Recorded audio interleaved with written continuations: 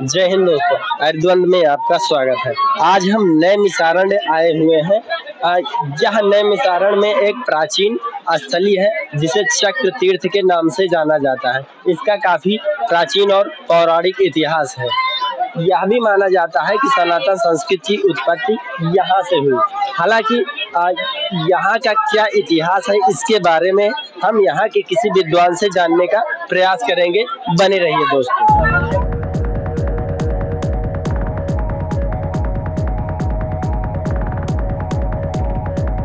बाबू जी, जैसे 4 युग होते हैं, इस 4 युगों में 4 तीर्थों का महत्व होता है। जी जी। सतयुग में नैमिषारण्य का महत्व है। सतयुग नैमिषारण्य, त्रेतायाम च पुष्कर, त्रेता में पुष्कर, द्वापर में कुरुक्षेत्र और कलयुग में गंगा।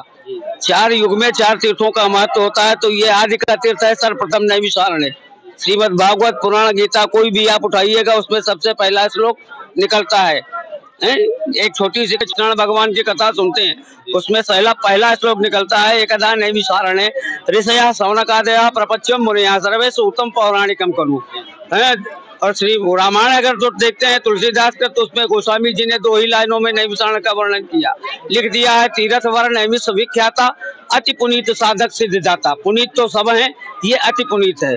और श्रीमद् भागवत में लिखता है कि प्रथमम नैमिषम पुण्यम चक्र तीर्थम च पुष्करम अन्य शाम चैव तीर्थानाम संख्या नास्ति महितले। फिर तो पृथ्वी पर संख्या ही नहीं रही, कितने तीर्थ हो गए।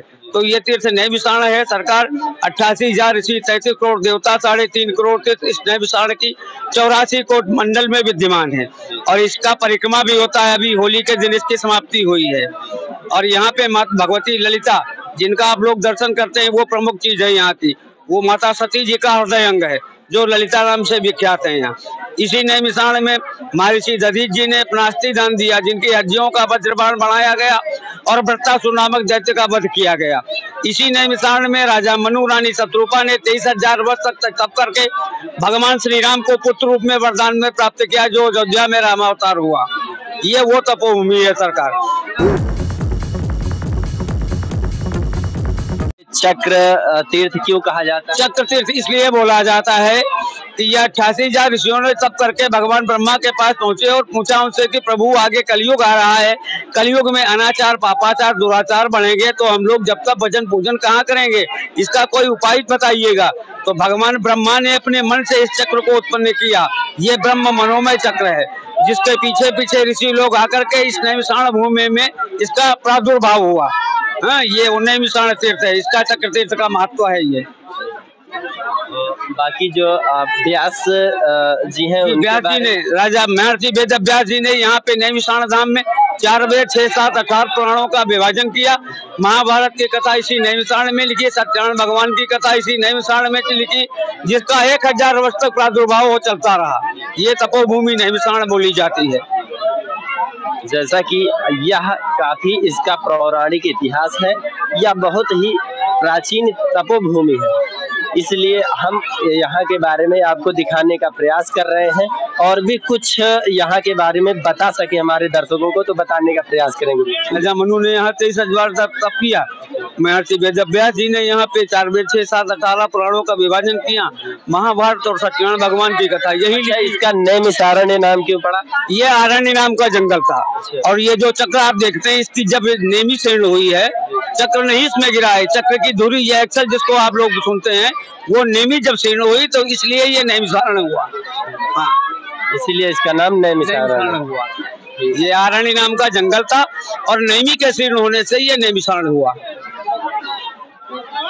जैसा कि गुरु जी ने बहुत ही कम शब्दों में बहुत ही अच्छे तरीके से जो है समझाने का प्रयास किया।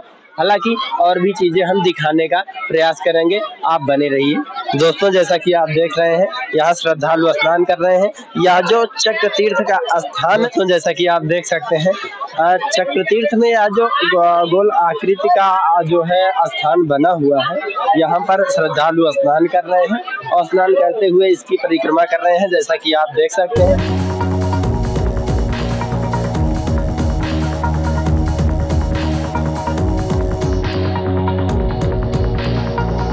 इसके साथ ही यहाँ पर काफी प्राचीन मंदिर बने हुए हैं, जिसमें ब्रह्मा जी का भी मंदिर बना हुआ है।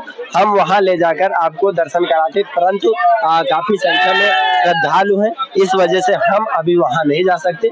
बाकी यहाँ पर जो अन्य प्रसिद्ध या प्राचीन मंदिर है और प्राचीन स्थान है, उसे भी हम दिखाने का प्रयास करेंगे। आप बने रहिए दोस्तों। अगर आप चैनल में नए हैं तो चैनल को सब्सक्राइब कर देना। बाकी हम प्राचीन स्थान दिखाने का प्रयास कर रहे हैं दोस्तों। नैमिषारण्य में ही माँ आदि गंगा गोमती का पावन घाट है, जहाँ पर हम आए हुए हैं। माँ गंगा का काफी स्वच्छ और निर्मल पानी है। माँ आदि गंगा गोमती का पानी इतना निर्मल है कि आप घाट पर खड़े होकर नदी की तलहटी को देख सकते हैं कितना स्वच्छ और निर्मल पानी है। एकदम स्वच्छ और निर्मल पानी है।